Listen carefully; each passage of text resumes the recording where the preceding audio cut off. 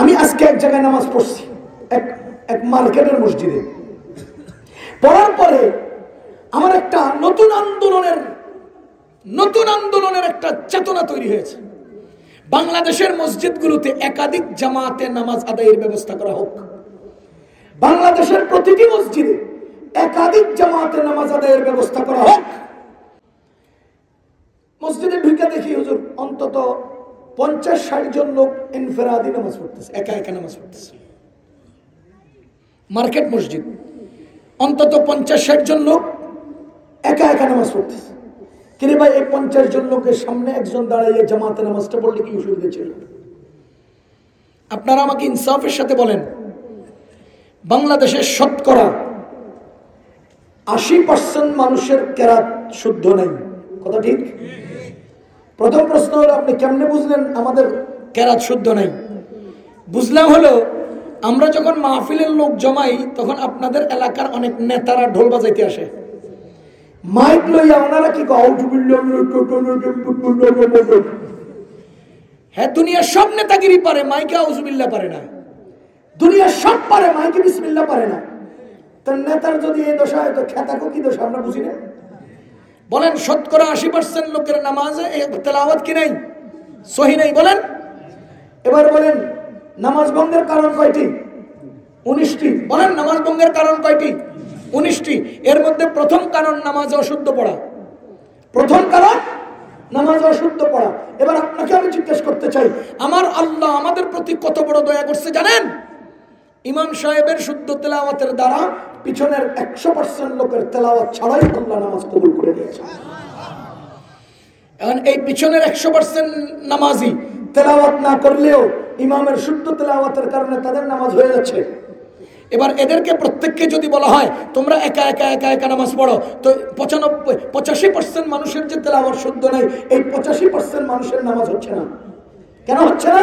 তেলাওয়াত শুদ্ধ না থাকার কারণে হচ্ছে না।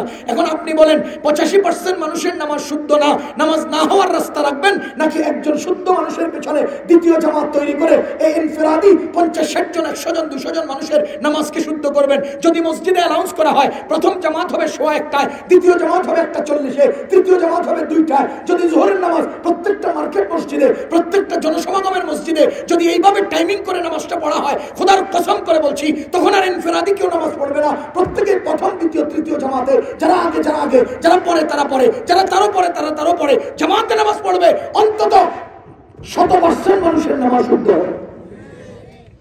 আপনারা বাংলাদেশে মসজিদগুলোতে একাধিক জামাত না করার কারণে, মসজিদগুলোতে জামাতে নামাজ আদায়ের এই সিস্টেমটা চালু না করার কারণে আমার সমাজের শতকরা 50% মানুষ ইনফিরাদি নামাজ পড়ে, যাদের তেলাওয়াত শুদ্ধ না হওয়ার কারণে তাদের নামাজ হচ্ছে না।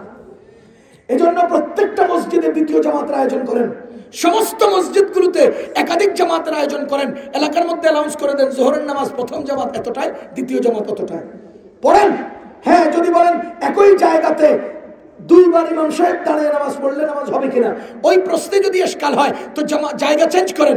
ইমাম সাহেব মেহরাবে প্রথম জামাত পড়বে, দ্বিতীয় জামাতে মেহরাবের বাইরে পড়বে। জামাত চালু করেন, জামাত বৃদ্ধি করেন, মসজিদে জামাত পড়ান।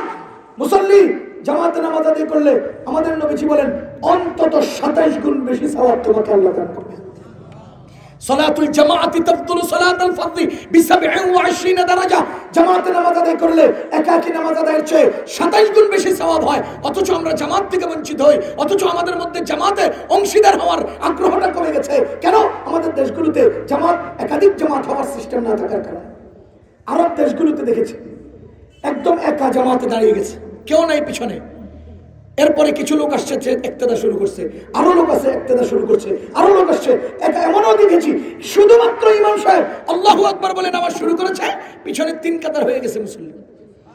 আর আমাদের সবাই ইনফিরাদি, সবাই একা, পুরো মসজিদে একা একা নামাজ পড়তেছে। কেন রে ভাই? সুতরাং মসজিদগুলোতে একাধিক জামাত চালু করার সিস্টেম করা হোক, যাতে অন্তত আমার দেশের কেরাত শুদ্ধ নাই মানুষগুলো শুদ্ধ ইমামের পিছনে নামাজ পড়ে অন্তত তাদের নামাজগুলো বাঁচাইতে পারে।